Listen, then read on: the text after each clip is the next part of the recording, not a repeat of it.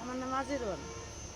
2013 সালে আমি নিউ মার্কেটে এই হাসপাতাল ছিল, আমি ওখানে কাজ করছি। আমাকে বাড়ি থেকে দায়িত্ব আনছিল যে তুমি কাজ করো, তোমার পরবর্তীতে চাকরি দেবো।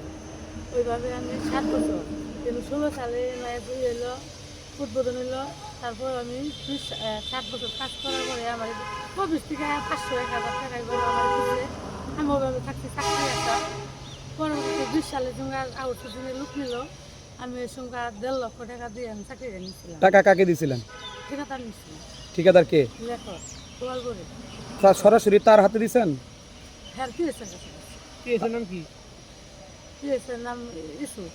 আচ্ছা, তারপরে টাকা দেওয়ার পরে 2 বছর পরে আবার রিনিউয়াল আসলো। মনে করেন যে 2000 টাকা দিতাম করে 11,000 টাকা বেতন। তারপরে আস্তে আস্তে আমরা আবার আবদার করতে করতে বাড়াইছি। 16,130 টাকা বেতন দেয়, কিন্তু আমি 2,000 করে টাকা প্রতি মাসে দিয়ে দেওয়া লাগে। কাদেরকে? টাকা দিয়ে দেওয়া লাগে। এই টাকাটা কাকে দেন? ওই ঠিকাদারি লেখাদারি দিয়ে দেয় নাকি? আর 22-23 জন সকলে কত করে টাকা দেওয়া চাকরি নিছেন? আর ওরা কেউ কারো বলে না। আপনি কত দিছিলেন? কেউ কারো বলে না, আমি 1 লাখ টাকা। 1 লক্ষ। আচ্ছা, কেউ কারো বলে না। ওরা গোপনে গোপনে, ওরা তো টাকাটা নিয়ে কোনো সাক্ষী প্রমাণ থাকে না। আচ্ছা, টাকা না দিলে কি চাকরি হবে না নাকি? কি? হ্যাঁ, টাকা না দিলে চাকরি হবে না।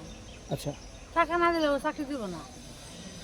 আচ্ছা, এখন কি হলো? এখন কি হলো, মনে করেন যে আমি যে এত দিন আমার সমান এই হাসপাতালে অত এলাকায় শোনেন, হাসপাতাল স্টাফ আছে, ডাক্তার আছে, সিস্টার আছে, যতগুলো লোক আছে, সবার কাছে জিজ্ঞাসা করেন যে আমি লোকটা কেমন, আমি কাজ করি কিনা না করি, আমার কাজে কোনো ফাঁকিবাজ আছে কিনা, আমি আমারে কোনো দিন সুকেস করছে কিনা, আমারে কোনো দিন কোনো বিচারে আচারে আমার ডেকে নিচ্ছে কিনা, কত এলাকার মানুষের কাছে জিজ্ঞেস করুন। আমার নামে যদি এক বিন্দু পরিমাণ আমার নামে থাকে, অভিযোগ থাকে, আমি 50-60 লাখের চেষ্টা আমি হাসপাতাল ত্যাগ করে যাবো। আচ্ছা, এখন কি সমস্যা? এখন আমার চাকরি দেন, চাকরি দিল না কি কারণে?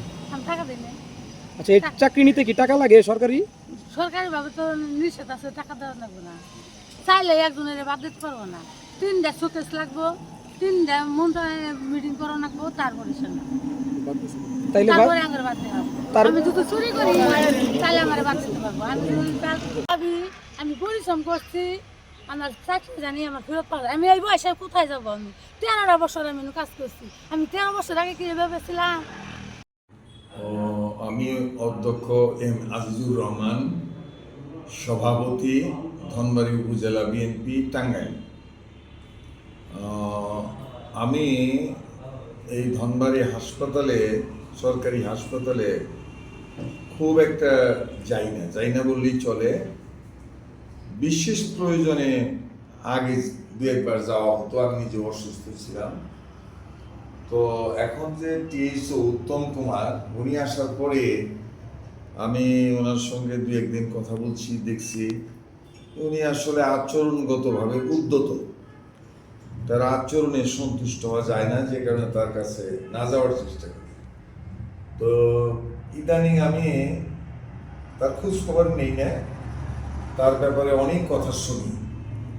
যেমন কিছু দরিদ্র জনসাধারণ তাদের চাকরি দেওয়ার নামে তাদের কাছ থেকে টাকা পয়সা গ্রহণ করেছে। তো টাকা পয়সা গ্রহণ করছে, এটা লিয়াকত নামে একজন কন্ট্রাক্টর এবং অত্যন্ত মানে দুষ্ট লোক, তার মাধ্যমে। তো যতগুলো চাকরি সে দেওয়ার কথা বলে, লিয়াকতের মাধ্যমে টাকা নেয়, সেই চাকরিগুলো দেয় না। কোনো মানুষ তার কাছে গিয়ে চাকরি পায় না।